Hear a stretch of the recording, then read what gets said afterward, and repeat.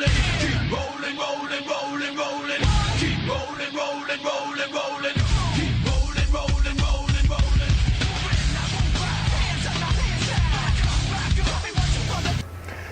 Good evening, YouTubers. This is Jay from 21st Century Reviews, just bringing you a new review for Star Trek II: The Wrath of Khan. This review is a review of a movie that has been near and dear to me since literally the year I was born, because that's when it came out. It was made in 1982, so you can guess how old this guy is.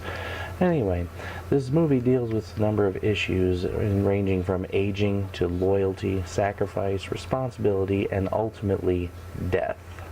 It's dealing with how the aging process is occurring for the crew of the Enterprise, and how all of the characters we've all known have moved on to other duties. They have moved on to other venues in their lives. For example, Kirk has now been promoted to Admiral and is now riding a desk job now. And Spock is now in command of the USS Enterprise, but only on training as he is a teacher at Starfleet Academy. And so on and so forth. Some of the other crew are still doing, they're still active in Starfleet, but they are not doing what they've been doing before. Here in this movie, we open up the scenario with a new member of the cast named Lieutenant Saavik.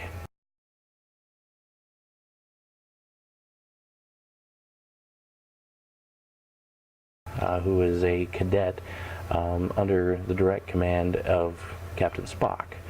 And she is opening up the movie involving in the Kobayashi Maru scenario, in which she actually ultimately fails said scenario and seeks the advice of Admiral Kirk, who is in review of her performance. Ultimately, that's a bit of a twist of irony, since Kirk is the only one who has actually beaten that scenario, as it is referred to in much of the lore as the no-win scenario, which ultimately leads to a lot of things that allude to later on in the film, and even later on in the series of these original films. So it ultimately leads us to a situation where Admiral Kirk is asked to basically board the Enterprise for one final inspection, as the ship is, like I said, it's a training vessel now. So he is asked to go aboard and evaluate Spock's cadets and their performance, and then takes them out on a test run.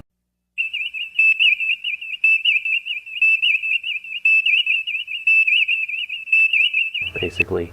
And in the process, the Enterprise is called into duty whenever a ex-fling of the Admiral is asks for his help, which leads us to a number of things that have actually occurred in this movie, where the Enterprise leaving the dock, but ultimately I'd like to dial it back for just a second to point out that this film has actually done wonders, not only with storyline and progression, but with the fact that it's fixed so many of the errors of the first film.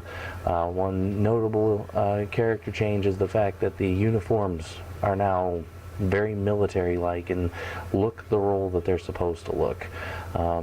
There's no long, drawn-out star escape scenes and no weird, symphonic, episodic type of musical numbers and whatever going on. It's just it's very dramatic. It has a few humorous moments, but it's ultimately a very serious action drama of a film. So anyway, to get back on the track that I was leading on in the first place, the Enterprise has officially left space dock, and it is beginning to proceed on its mission towards the space station that Admiral Kirk's what appears to be wife, in a sense, has asked him to go and rescue them.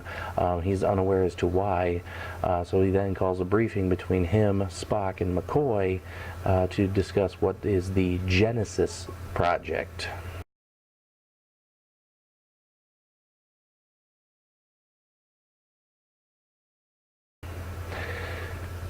This project is basically a is a scientific process where they actually can literally alter the entire state of a planet from dead to alive in a matter of minutes.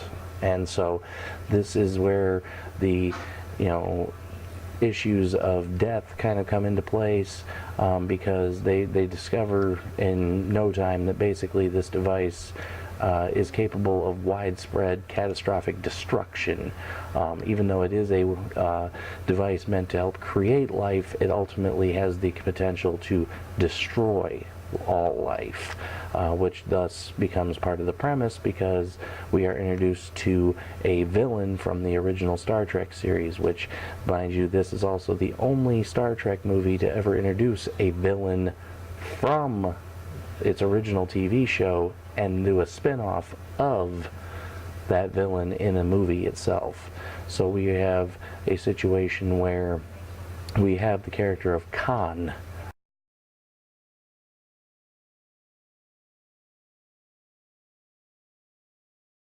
resurge from the original series, and Khan has already intercepted the USS Reliant and its crew, and among its crew is its captain and Commander Chekhov, who is from the original Enterprise crew, and his involvement, those two actually have end up being taken out and being subdued by Khan through a use of something called a SETI eel.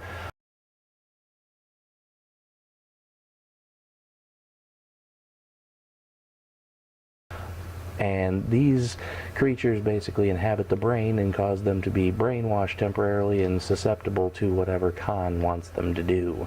At that point, the Reliant and the Enterprise have not met each other yet, but there's a climactic battle approaching, but it gives us a chance to meet Saavik a little closer and know who this character is and what she's all about.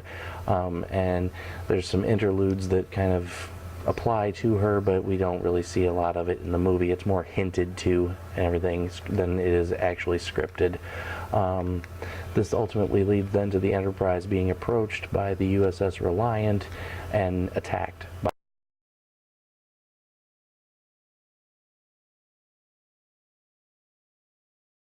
Khan, and it catches Kirk very much off guard. He's not expecting it. It really starts showing that, even the most experienced commander, if you're not actively doing your job all the time, that it still ultimately leads to you not being able to do your work the way you're supposed to do, or ultimately don't make the right decisions, or allows yourself to get caught off guard rather easily. But needless to say, even though Khan is successful in disabling the Enterprise, they still manage to pull the wool over his eyes and get one over on him.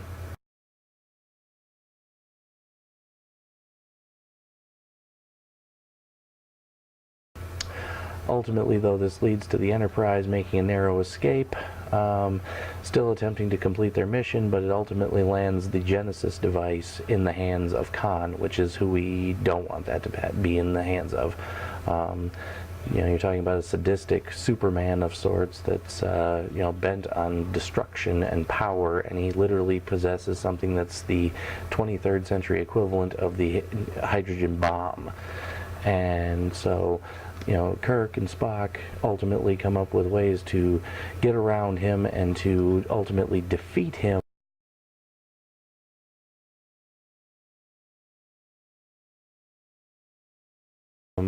But at great personal cost to them.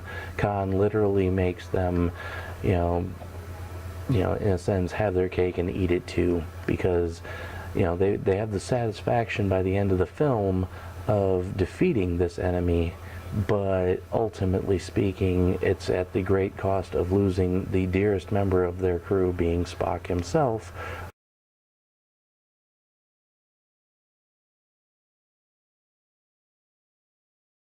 who sacrificed himself to save the ship and his crew.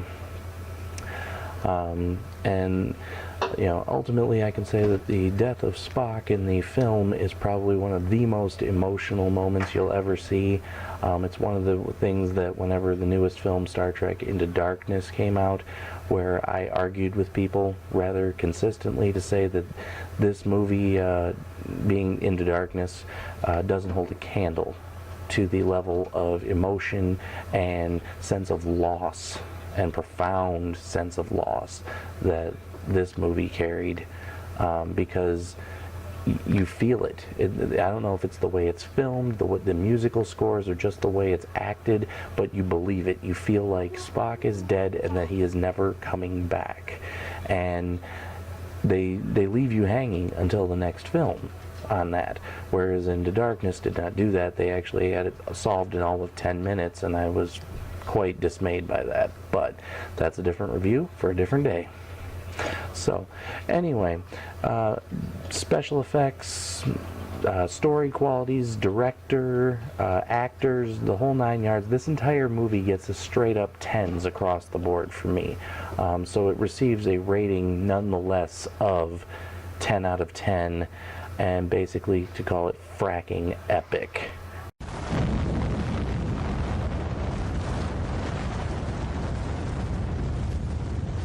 That's the only way to describe it. This movie is beyond awesome.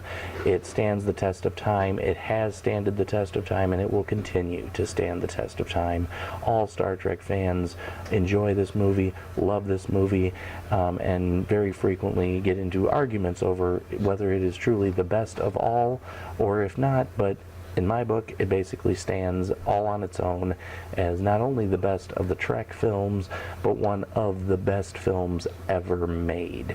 So please feel free to leave commentary, leave your thoughts and everything in the comments section, and this concludes the second review. Hopefully it's a lot better than the first one. So